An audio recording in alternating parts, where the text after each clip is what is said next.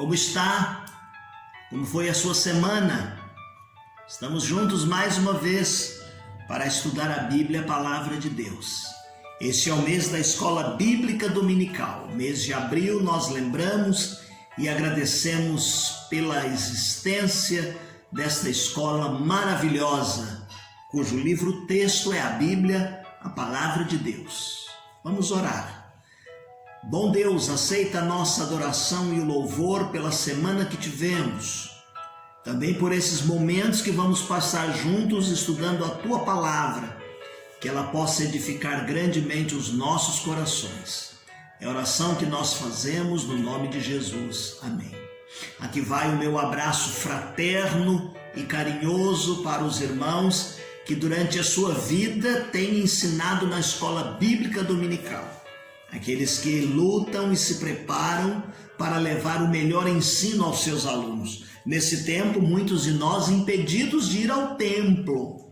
Estamos em dificuldade de estarmos presencialmente no templo, mas a palavra de Deus tem chegado até nós, tem chegado até os irmãos, os cultos, todas as programações, a fim de que nós possamos adorar e cultuar o nosso Deus. Nós estamos estudando nesse tempo as cartas de João, 1ª, 2ª e 3ª João. E o material que nós estamos usando é esse do saudoso pastor Darcy Duzilek. E nós estamos então dando continuidade à primeira carta, à primeira epístola escrita por João. O tema do nosso estudo é Cartas de um Irmão Mais Velho. E hoje nós vamos entrar no conteúdo, na estrutura de 1 João. Essa estrutura é composta da introdução, que é a realidade de Jesus Cristo, no capítulo 1, do verso 1 até o 4. Os testes da comunhão, Deus é luz, capítulo 1, 5 até o 2, 29. E aí vem o teste da obediência, o teste do amor, o teste da verdade, o teste da filiação, Deus é amor, teste da obediência, o teste do amor e o teste da verdade. Então nós vamos nos deter um pouquinho nestes testes que já falamos no nosso último encontro. Então, quando nós lemos aqui o capítulo 1, do verso 1 ao verso de número 4, logo no início da sua carta, João trata do problema do gnosticismo, que nós abordamos no nosso último encontro. Até lemos aqui a definição do nosso autor, da nossa revista, mas uma das coisas que os gnósticos negavam era Jesus Cristo sendo Deus, Jesus tendo vindo em carne. Jesus lá de Nazaré, aquele que foi pregado na cruz do Calvário, aquele que foi julgado, eles negavam a existência. Alguns diziam que era um ectoplasma. E aí João vem para combater essa doutrina de negação a respeito da doutrina de Cristo. Também uma das coisas que o gnosticismo dizia era que o corpo é mau, a matéria é má. Pregando aí então uma divisão, um dualismo que levava muitas pessoas à confusão, e os falsos mestres estavam introduzindo esses ensinos na igreja. Veja, meus queridos irmãos, que Jesus Cristo foi alguém realmente concreto, palpável. Seu corpo foi pregado na cruz do Calvário. Nós olhamos e vemos Jesus Cristo num determinado momento dizendo: eu tenho sede. Nós vemos, por exemplo, o guarda enfiando, o texto diz que enfiou a lança e saiu água do corpo de Jesus.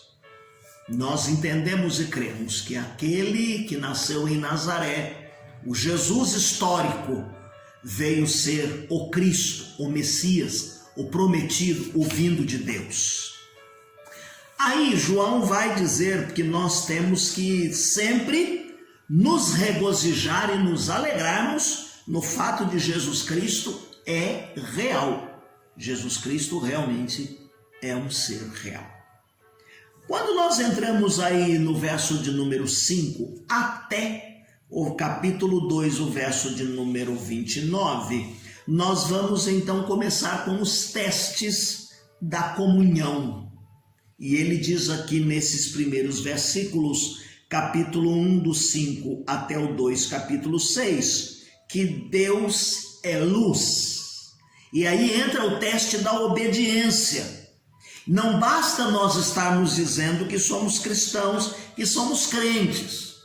João vai dizer que é preciso que demonstremos a fé através de uma obediência prática nos mandamentos de Deus. Por exemplo, amar o próximo.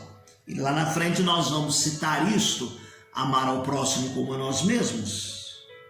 E aí ele vai dizer, meus queridos irmãos, que nós precisamos de forma muito prática, não só afirmar, mas de forma concreta, vivermos isto na nossa vida. Não vivermos uma vida dissoluta, uma vida errada, uma vida sem objetivo, uma vida sem razão de ser. E aí então o crente que anda na luz, ele deve andar na luz, e a Bíblia diz que quando nós pecamos, nós confessamos os nossos pecados a Deus, tá certo? A fim de que nós possamos ser purificados pela eficácia do sacrifício de Jesus Cristo na cruz do Calvário, aquele sangue eficiente, suficiente, que foi derramado na cruz do Calvário em nosso lugar, para nos purificar de todo pecado. É preciso que confessemos. E confessar aqui é exatamente dizer o que aconteceu. Não basta a gente querer, de uma forma genérica, dizer que estamos confessando os nossos pecados. Eu me lembro que na minha adolescência nós ouvíamos algumas orações em que no meio da oração os irmãos diziam assim: perdoe a multidão dos meus pecados. É muito genérico isso. É preciso que nós chamemos pelo nome. Que quando você está diante de Deus pedindo perdão, você dê nome àquilo que foi praticado, que entristeceu a Deus. Sabe por quê? Porque diz-nos o texto que nós temos um advogado. Jesus Cristo está ao lado de Deus. Ele é o nosso advogado junto ao Pai. O segundo teste aqui, o teste do amor. Aí a gente entra no capítulo 2, do verso 7 ao verso de número 17. E ele diz aqui mais uma vez que esse teste é prático. É o teste do amor. O amor é um mandamento muito antigo. Amarás ao teu próximo como a ti mesmo, não é? E aí Jesus Cristo veio e deu um tom mais forte neste amor, nesse mandamento, não negando. João vai escrever no seu evangelho a respeito disto. E aí nós olhamos e vemos que muitas vezes as pessoas estão procurando coisas novas para fazer na igreja, nos cultos, na prática da religião, quando existe aí, olha, esse ensinamento muito rigoroso, talvez alguém diga assim, velho, mas que deve ser colocado em prática. E esse é um teste da vida. O amor se concretiza. O amor se concretiza na minha atitude para com o meu irmão. A Bíblia diz que quem anda na luz pratica o amor. Eu amo o mundo. Eu amo as coisas do mundo. O amor deve ser a Deus e aos seus irmãos. João diz assim: se você diz que ama a Deus e odeia o seu irmão, que amor é este? Que amor é este? Então ele coloca uma equação aqui nesse mandamento, por exemplo, do amor, que nós devemos amar a Deus, ao próximo, como a nós mesmos. Tá certo? Terceiro teste, já estamos no capítulo 2, do verso de número 18 ao verso de número 29. E ele vai advertir aqui a respeito do perigo dos anticristos. Pode parecer estranho, né? Olha o capítulo 2, verso de número 18. Capítulo 2, o verso de número 18, quando ele diz assim: filhinhos, É já a última hora, e como ouvistes que vem o anticristo, também agora muito se tem feito anticristos, por onde conhecemos que é já chegada a última hora. Então ele está dizendo aqui, meus queridos irmãos, nesta parte da nossa lição, que nós devemos tomar cuidado com os falsos. Viu, no meio deles, alguns saíram da igreja, alguns estavam no meio da igreja.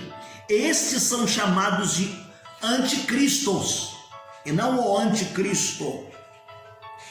Porque muitos deles vão colocar aqui a mentira, e aqui nós temos que estabelecer um contraste que o texto vai nos fazer entre a mentira e a verdade. A verdade é percebida pelo verdadeiro crente. E nós dissemos no encontro anterior que nós temos a direção do Espírito Santo, a unção do Espírito Santo, e nós percebemos a verdade.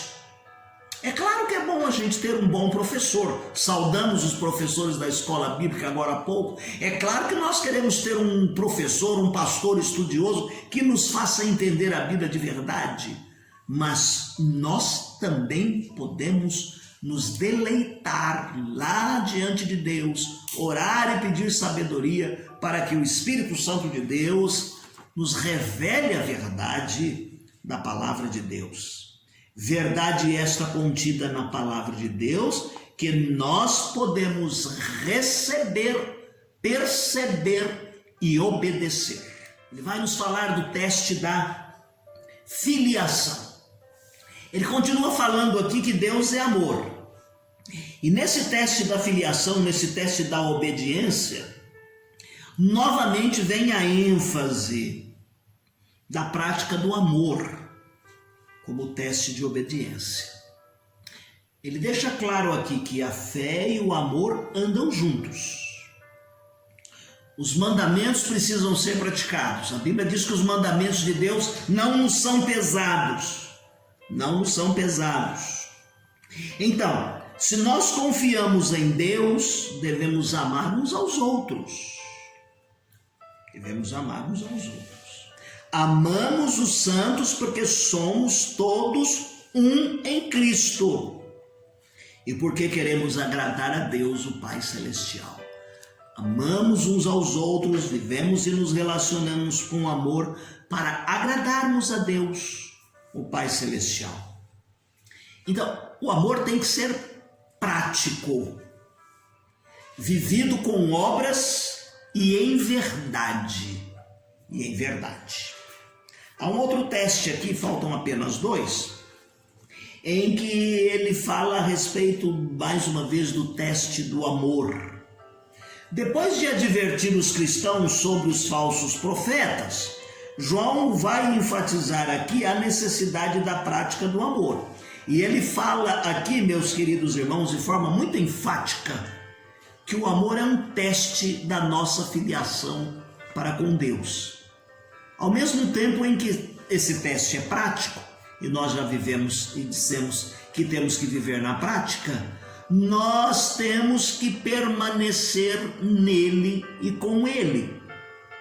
Esse amor deve ser demonstrado em ações concretas, de amor ao irmão que está próximo de cada um de nós. E agora me lembro daquele texto da chamada parábola do bom samaritano, em que Jesus responde uma pergunta quando ele é indagado a respeito de quem é o meu próximo. E então Jesus conta esse acontecimento, que descia de Jerusalém para Jericó, quando ele caiu na mão dos salteadores. Passou o sacerdote, passou ali o levita, e todos eles passaram de largo. Pessoas dadas à religião, dadas ao culto, dadas ao cerimonial. E quando vem o samaritano, o rejeitado, o discriminado, aquele que não era considerado pelos judeus, ao invés de passar de largo, ele vai lá, ele para, desce do seu animal, cuida, limpa as feridas, põe o enfermo em cima do seu animal, leva para uma estalagem dá um depósito lá, um cheque calção e diz assim: quando eu voltar eu pago a diferença. E aí Jesus faz a seguinte pergunta: qual dos três se parece que foi próximo daquele que caiu nas mãos dos salteadores? E ele vai dizer: aquele que usou de misericórdia para com ele. O nosso próximo está próximo de nós. Às vezes do nosso lado da nossa igreja, precisando de uma ação, precisando de uma forma de nós praticarmos este amor. E nós precisamos colocar em prática. Por último, então, o teste da verdade. Já estamos no capítulo 5, então, do verso 1 ao verso de número 21, da primeira carta escrita por João. E João afirma aqui a principal confissão de fé nossa. Essa confissão de fé que caracteriza a vida dos crentes. É aquele que crê que Jesus Cristo é o Messias e que Jesus é o Filho de Deus. Os verdadeiros crentes demonstram pela fé, então, essa obediência aos seus mandamentos. Ele diz nesse texto aqui que o que testifica de Jesus é o Espírito, a água e o sangue. E aqui nós poderíamos entender que o Espírito deu testemunho de Jesus. Na ocasião do batismo, por exemplo, ele diz assim: este é meu filho amado em quem tenho prazer, em quem me comprazo. E o Espírito em forma de pomba, testificando que ali era Jesus, o Filho de Deus. Quando nós falamos a respeito de água e do sangue, nós podemos lembrar o seu batismo, mas podemos lembrar também da crucificação, do sangue derramado na cruz do Calvário. Batismo de Jesus e a morte de Jesus. Então esses três testificam de Jesus: o Espírito, a água e o sangue. Aqui está o verso-chave desta carta. Estas coisas vos escrevo para que saibais que tendes a salvação, para que saibais que tendes a vida eterna. Estas coisas vos escrevo a vós que credes no nome do Filho de Deus, para que saibais que tendes a vida eterna. Você tem a fé alicerçada verdadeiramente em Jesus Cristo? Você crê que Jesus Cristo é o Filho de Deus? Você crê que verdadeiramente Jesus veio em carne? Você tem certeza de que Jesus morreu pelos seus pecados? Então não há nenhuma dúvida com relação à vida eterna em Cristo Jesus. Deixe-me ler aqui um hino em que fala do amor. Qual adorno desta vida? É o amor. Alegria é concedida pelo amor. É benigno, é paciente, não se torna maldizente. Este meigo amor. Com suspeita não se alcança doce amor. Onde houver desconfiança, ai do amor. Pois mostremos tolerância, muitas vezes arrogância, murcha e mata o amor. Então, quando for custoso, nutre amor. Ao irado e no infurioso, mostra o amor. Não te deis por insultado, mas responde com agrado. Vence pelo amor. Que Deus nos abençoe. No próximo encontro nós vamos entrar na segunda carta de João. Talvez falemos da segunda e da terceira, porque elas são muito pequenas. Não deixe de fazer a sua leitura diária que disponibilizamos no final da nossa transmissão, e também a nossa planilha para a leitura da Bíblia em um ano. Tenha uma semana feliz e abençoada. E você que é aluno da Escola Bíblica, receba o nosso abraço fraterno. Deus te abençoe.